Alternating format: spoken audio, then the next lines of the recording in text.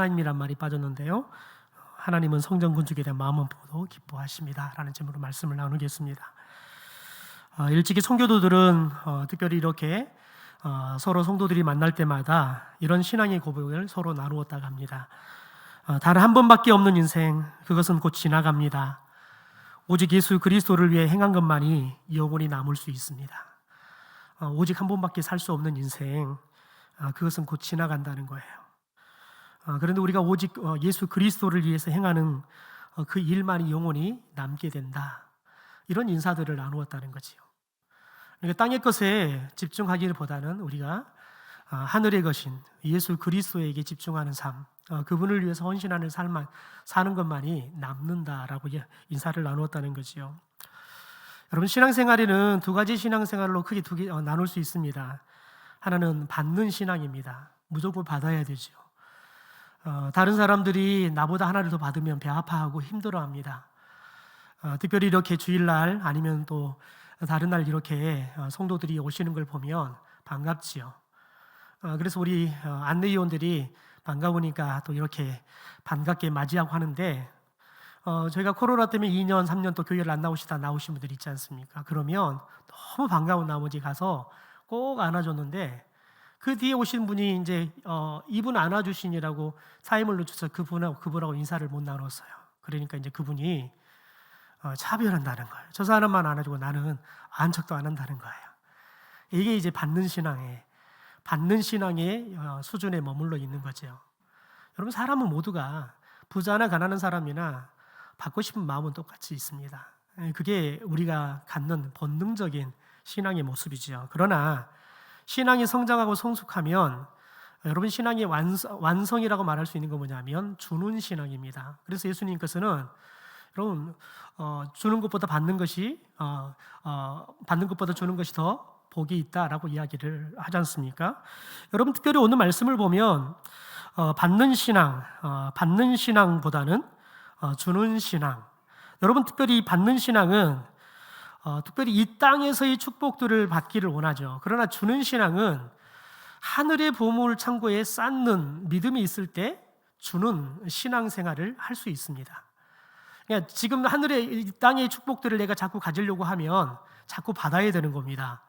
그러나 우리가 하늘 보화의 창고에 우리가 자꾸 쌓인다는 믿음을 갖게 되어지면 주는 신앙을 갖고 살 수 있다는 거지요.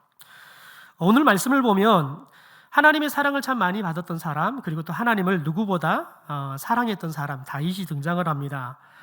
여러분, 그런데 다윗의 신앙도 어떻게 보면 그의 신앙의 출발점도 그렇고요, 그리고 신앙의 그의 끝점도 동일하게 그는 어떻게 보면 아름답다. 다시 말해서 나누는 신앙, 그가 하나님께 많은 것을 받았지만 늘 그는 하나님께 더 많은 것을 드리고 싶어하는 그런 아름다운 신앙의 모습을 가졌다는 겁니다. 오늘 본문은 다윗이 10년에서 13년 정도의 사울왕의 핍박과 또 시련을 그가 견뎌내고 하나님이 세우신 왕의 자리에 앉게 된 이후에 그가 오늘 하나님 앞에 특별히 나단 선지자와 이야기를 나누는 그 고백 속에 나단 선지자를 통해서 하나님께서 이 다윗에게 말씀하시는 그 말씀이 오늘 우리가 읽었던 말씀입니다. 여러분, 그런데 모든 시련이 끝나고 고난이 끝나고 그 왕이 되었습니다. 더군다나 이스라엘을 괴롭혔던 여러 주변의 강대국들을 다 그냥 평정을 해서 이제 태평성대를 이루는 정말 절대 주권과 왕권을 갖고 살아가는 그런 왕이 되었습니다. 여러분, 그런데 다윗이 어느 날 이 화려하고 굉장히 웅장했던 궁궐을 거니면서 그가 하나님을 생각하게 되어집니다. 그래서 특별히 오늘 말씀 2절 말씀을 보면 그가 나단 선지자에게 이런 고백을 합니다. 나는 백향목 궁에 살거늘 하나님의 궤는 휘장 가운데 있도다. 휘장이라는 말은 천막에 있다는 겁니다. 천막에, 텐트에 있다. 다윗이 그가 왕이 되어서 이제 왕궁에서 백향목으로 잘 만든 그런 대굴 같은 왕궁에서 그는 사는데, 가만 생각해 보니까 하나님의 법궤는 여전히 지금도 천막 안에 있는 거예요. 그게 너무 안타까운 거예요. 오늘 말씀 속에서는 나단 선지자에게 그 말만을 합니다.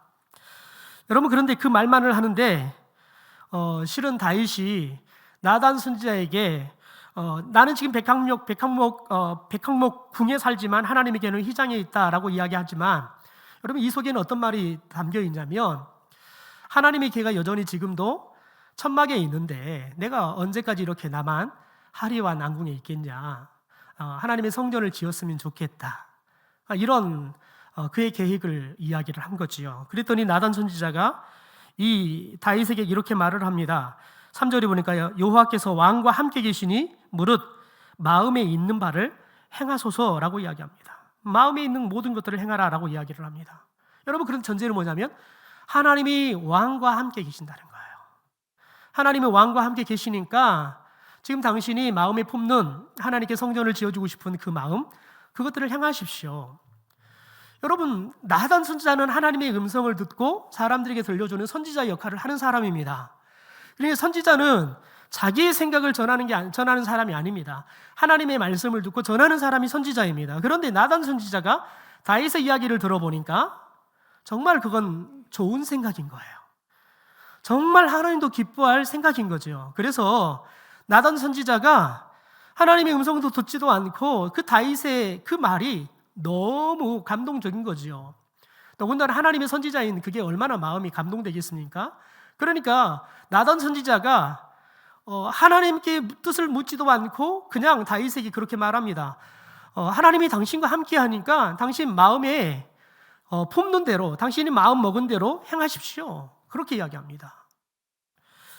여러분, 그런데 하나님께서 나단 선지자를 통해서 답을 주시는데요, 다윗이 마음에 품은 계획대로 성전 건축을 하나님께서 허락하지를 않습니다. 하나님께서 다윗이 성전을 짓겠다고 하는데 허락하지를 않아요. 역대상 22장의 말씀을 보면 8절의 말씀 보니까 그 이유를 이렇게 설명합니다. 우리 같이 한번 읽어보겠습니다. 시작. 그러나 여호와께서 이렇게 말씀하셨다. 너는 평생 끊임없이 전쟁을 하면서 피를 많이 흘렸다. 그처럼 내 앞에서 많은 피로 이 땅을 적신 내가 어찌 나의 성전을 지을 수 있겠느냐. 그러니 너는 내 성전을 짓지 말아라. 여러분, 다윗은 누구보다 하나님을 사랑했던 사람입니다. 그리고 하나님이 그에게 절대 권력을 주셨습니다. 그리고 그가 하나님을 위해 성전을 지을 수 있는 모든 재료들을 또 인력들을 다 모을 수 있는 그런 재력과 힘이 있습니다.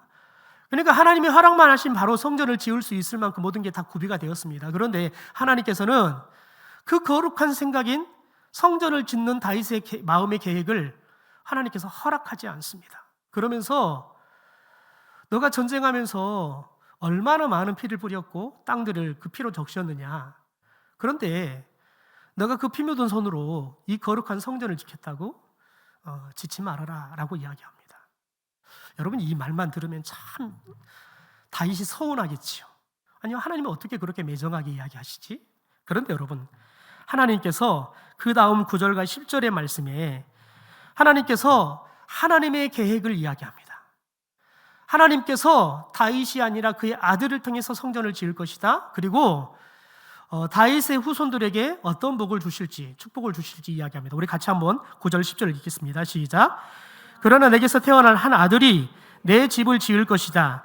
그의 이름을 솔로몬이라 할 것이니 그런 이름이 뜻하는 것처럼 평화와 안정을 누리는 사람이 될 것이다. 그가 다스리는 동안 온 이스라엘이 평화와 안정을 누리고 어떤 원수에게서도 압박을 받지 않도록 내가 몸소 돌보아 주겠다. 그러면 그가 나를 위하여 성전을 지을 것이다. 그런 나의 아들이 되어 선정을 펴고 나는 그의 아버지가 되어 그를 평생토록 붙들어주며 그의 후손들도 영원히 이스라엘 통치하도록 돌보아 주실 것이다. 여러분, 다윗의 계획을, 다윗은 피를 너무 많이 흘려서 너는 거룩한 성전을 지을 수 없다, 그렇게 말씀해 주고는 뭐라고 말하냐면, 그런데 그 너의 계획을 너의 아들, 앞으로 태어날 너의 아들 솔로몬을 통해서 내가 성전을 짓겠다. 그런데 이 솔로몬을 통해 성전을 짓도록 하나님께서 허락해 주시는데, 솔로몬이 성전을 지을 수 있도록 하나님께서 모든 여건들을 만들어 주겠다는 거예요. 그래서 이렇게 말합니다. 그의 이름이 뜻하는 것처럼 평화와 안정을 누리게 될 것이다. 더 나아가서는 그가 다스리는 동안, 왕이 되어서 다스리는 동안에 이스라엘이 평화와 안정을 누릴 것이다. 어떤 원수도 이 솔로몬을 압박을 받지 않도록 하나님께서 몸소 돌보아 주겠다라고 이야기해요. 여러분, 그러면서 뭐라고 말하냐면 정말 놀라운 이야기를 합니다. 나는 그에게 복을 주시는데 너희 아들 솔로몬이 백성들에게 참 좋은 선정을 베풀도록 하겠다는 거예요. 좋은 왕이 되게 하겠다는 거예요. 그러면서 나는 그의 아버지가 되고 그래서 내가 그를 평생도록 붙들어 줄 것이다.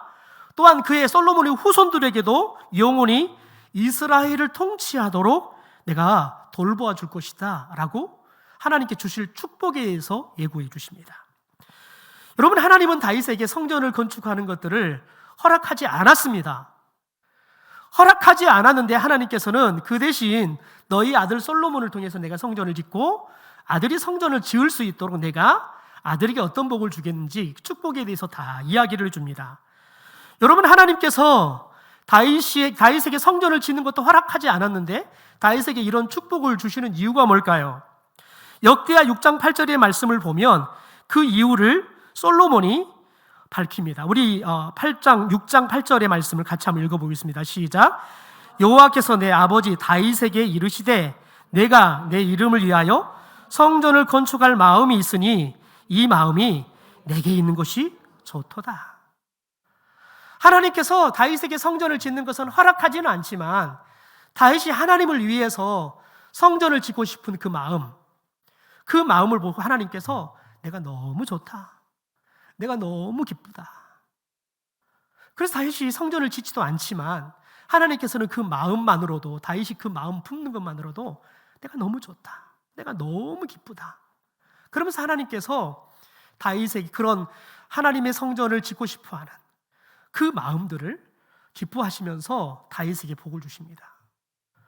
여러분, 오늘 말씀에 보면 하나님께서는 저와 여러분이 오늘 이렇게 하나님의 성전을 건축하기 위해서 우리가 모이는, 여러분 이 시간 그 자체만으로도 하나님에게는 충분히 기쁨이 될 줄 믿습니다. 하나님께서 오늘 우리를 보면서 참 좋다, 참 기쁘다, 하나님께서 그렇게 말씀하실 줄 믿습니다. 여러분, 저와 여러분이 성전을 지으려고 아무리 애를 쓰고 아무리 돈을 모으고 모든 것을 다 갖춘다 하더라도 하나님이 허락해 주지 않으면 성전은 지을 수 없을 겁니다. 그러나 우리들이 지금 현재 아무런 여건이 없어도, 우리가 지금 여러분 맨손이어도 하나님께서 우리에게 성전을 지키를 허락한다 그러면 하나님께서 성전 지을 수 있는 것들을 허락하실 줄 믿습니다. 우리에게 하나님께서 원하는 건 뭐냐면 마음인 거예요. 마음인 거예요. 여러분, 저와 여러분이 이 시간 우리 당회에서 충분히 논의했지만 우리 성도들의 마음들을 함께 모았으면 좋겠다. 그래서 우리 성도들이, 당회가 짓는 게 아니라 온 성도들이, 그리고 우리 어린아이들까지도 다 함께 마음을 모아서 우리가 정말 마음으로 성전을 지어갔으면 좋겠다. 그래서 우리 성도들의 소리들을 한번 다 들어보고, 그리고 이제 성도들의 목소리를 다 합해서 우리들이 성전을 짓는 것을, 성도들의 소리들이 성전을 집시다 하면 같이 성전을 지어가면 좋겠다. 당회가 그렇게 의견을 모아서 오늘 간담회를 했습니다. 여러분, 장로교회는 의사결정권이 그렇습니다. 당회에서 대부분 결의를 하고 재직회나 공동회에 나와서 안건을 내놓고 그 재직회나 공동회를 통해서 마지막 최종적으로 성도들과 함께 안건을 조율하고 그래서 결정이 갑니다. 그래서 1차적인 건 무조건 당회에서 한번 의결을 걸쳐야 합니다. 그러나 재직회나 또 공동회를 통해서 성도들과 전체적으로 다시 한번 최종적으로 의견을 조율하기 때문에 오늘은 재직회도 아니고 공동회도 아닙니다. 오늘은 성도들의 마음 안에 있는 하나님이 주신 마음들을 우리가 좀 같이 나누고, 그래서 하나님이 주시는 그런 마음을 저희들이 함께 모으는 시간. 그래서 오늘 저희들이 함께 마음을 모으면서 하나님께서 허락하신다 그러면 저와 여러분의 계획을 따라서, 하나님이 주시는 계획을 따라 성전을 지어가는 기쁨을 누렸으면 좋겠습니다. 제가 성전을 짓는 문제 때문에 성전을 지었던 목사님들과 여러분하고 통화를 좀 했습니다. 한 목사님은 교회가 한 1,000명 정도 모이는 교회예요. 계속해서 부흥을 하고 계속해서 매주마다 성도들은 쏟아져 들어오고 있어요. 애사는 넘쳐나요. 여러분, 그런데 그 교회가 성전을 짓는데 5년이 걸렸어요. 성전을 짓는데 5년이 걸렸어요. 왜냐하면 업자 선정하는데 선정했더니 그 업자가 공사하려고 했더니 망해버려요. 여러분, 이런저런 문제가, 교회는 다 준비가 됐는데 하나님께서 제때 허락하지를 않아요. 그래서 여러분, 무려 5년 동안이나 끌고 그러면서 성전을 지었더라고요. 그러면서 목사님이 그 말씀하세요. 송 목사, 내가 성전 지어보니까 하나님이 허락하셔야 짓고 성도들이 기도로 지어. 그러니까 성도들이 마음 모으고 함께 기도 모으면 하나님께서 감동하시면 짓게 하실 거야. 그러면서 그분이 그래요. 본인이 5년 동안 성도들과 함께 성전을 지어가면서 하나님이 부어주시는 은혜가 너무 많다는 거예요. 성도들의 가정마다, 교회마다 하나님께 주신 은혜가 너무 많다는 거예요. 그러면서 그분이 그래요. 정말 좋은 일, 정말 거룩한 일, 하나님이 가장 기뻐하는 일 마음 먹었는데 그것만으로도 하나님 기뻐할 거야. 그러니까 힘내고 한번 해봐. 나도 기도할게. 그러시더라고요. 여러분, 이 시간 우리들이 하나님 앞에서 하나님이 과연 뭐라 원하실지, 우리가 원하는 것이 아니라 하나님이 원하시는 것들을 우리가 기도하는 마음으로 함께 의견을 나누면서 우리가 하나님 앞에서 같이 서가는 그런 시간이 됐으면 좋겠습니다.